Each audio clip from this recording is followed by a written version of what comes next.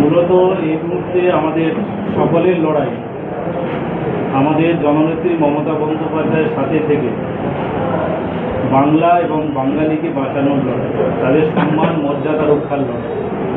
যেরকম সাংসদরা দিল্লিতে দাঁড়িয়ে লড়াই করছে, তেমনি আমরা বাঙালি হিসাবে সর্বত্র লড়াই করছি বিজেপি শাসিত রাজ্যে যেভাবে আমাদের উপর নির্যাতন অত্যাচার হচ্ছে।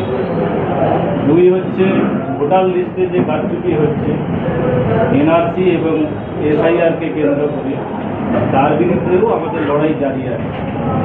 আমরা যারা এখানে বসে আছি তৃণমূল কংগ্রেসের কর্মী নেতৃত্ব সকলেই কিন্তু আমাদের রাজনৈতিক উত্থান হয়েছে রামনগর থেকে। বেশিরভাগ নেতৃত্ব আমরা ছোটবেলা থেকে নেতৃত্ব দিয়ে আমরা কংগ্রেসের ঘরে জন্ম নিয়ে মমতা বন্দ্যোপাধ্যায় যখন তৃণমূল কংগ্রেস তৈরি করলেন সেই সময় থেকে আমরা আন্দোলন সংগ্রামের সাথী হয়ে আজকে রামনগরে সম্ভাবনাময় নেতৃত্বরা এখানে বসে আছে, কেউ অস্বীকার করতে পারবে না।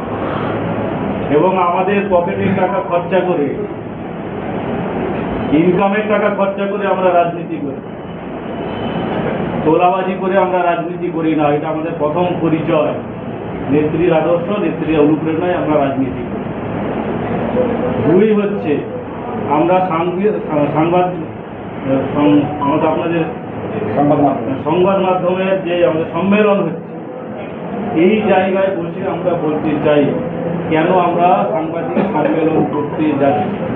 প্রধান এবং মূল কারণ হচ্ছে আমাদের কর্মীরা লোকসভা নির্বাচনে কিছু নেতৃত্বে নিষ্ক্রিয়তা, প্রার্থী পছন্দ না হওয়া এবং তাদের আচরণ সাধারণ কর্মীদের পছন্দ হয়নি বলে সাধারণ কর্মীরা এই মুহূর্তে দ্বিধায় এবং দ্বন্দ্বে আছে।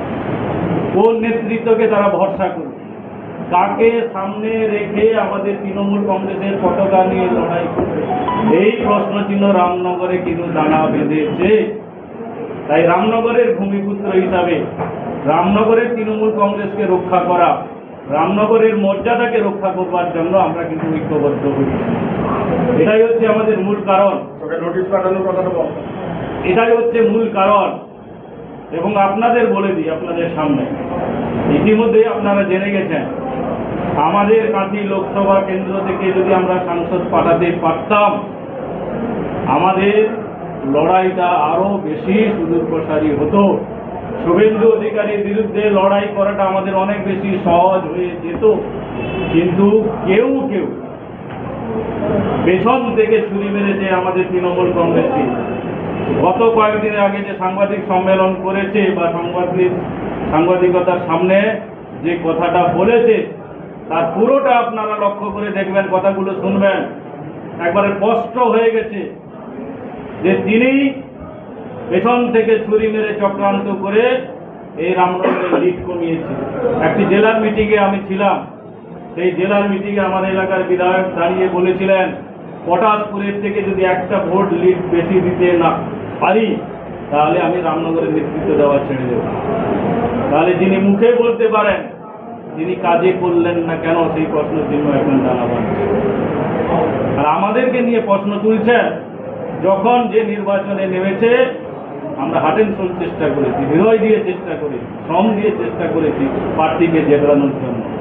4-4বারের বিধায়ক হয়েছেন। আমি তো মহিতনা গ্রাম পঞ্চায়েত রামনগর 2 নম্বর ব্লকের আমার বুথে গিয়ে খবর নেবেন, মহিতনা গ্রাম পঞ্চায়েতের হিন্দু ভোটার যতগুলো বুথে আছে আমার বুথে সব থেকে বেশি লিড দিয়ে। যখন এই বিধায়ক হেরে গেছিলেন প্রার্থী হয়ে, আমার বুথ 2টো লিড দিয়েছে।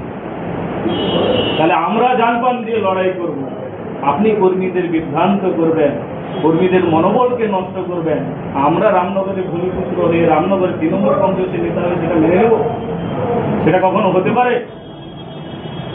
আপনি ভেতরে ভেতরে যোগসাযোগ রাখবেন যে আপনি লোকসভা নির্বাচন রামনগরের লিড কমিয়ে দিয়ে আপনাকে লোকসভা জিতিয়ে দিচ্ছি, আপনি বিধানসভা তার প্রতিদানে আমাকে দেবেন। এটা বিজেপিও বুঝতে পেরেছে, এটা সিপিএমও বুঝতে পেরেছে, রামনগরের সকলে বুঝতে পেরেছে যে চোরে চোরে মাসতুতো ভাই কারা।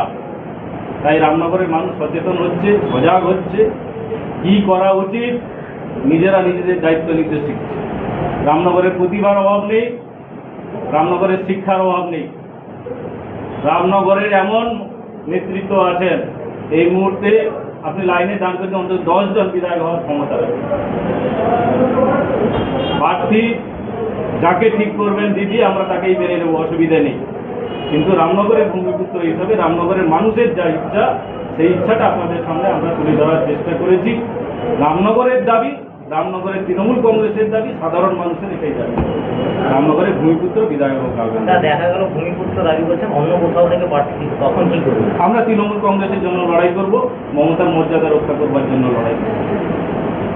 আমাদের দাবি আমরা নেতৃত্বের কাছে তুলে ধরছি, দলের কাছে তুলে ধরছি।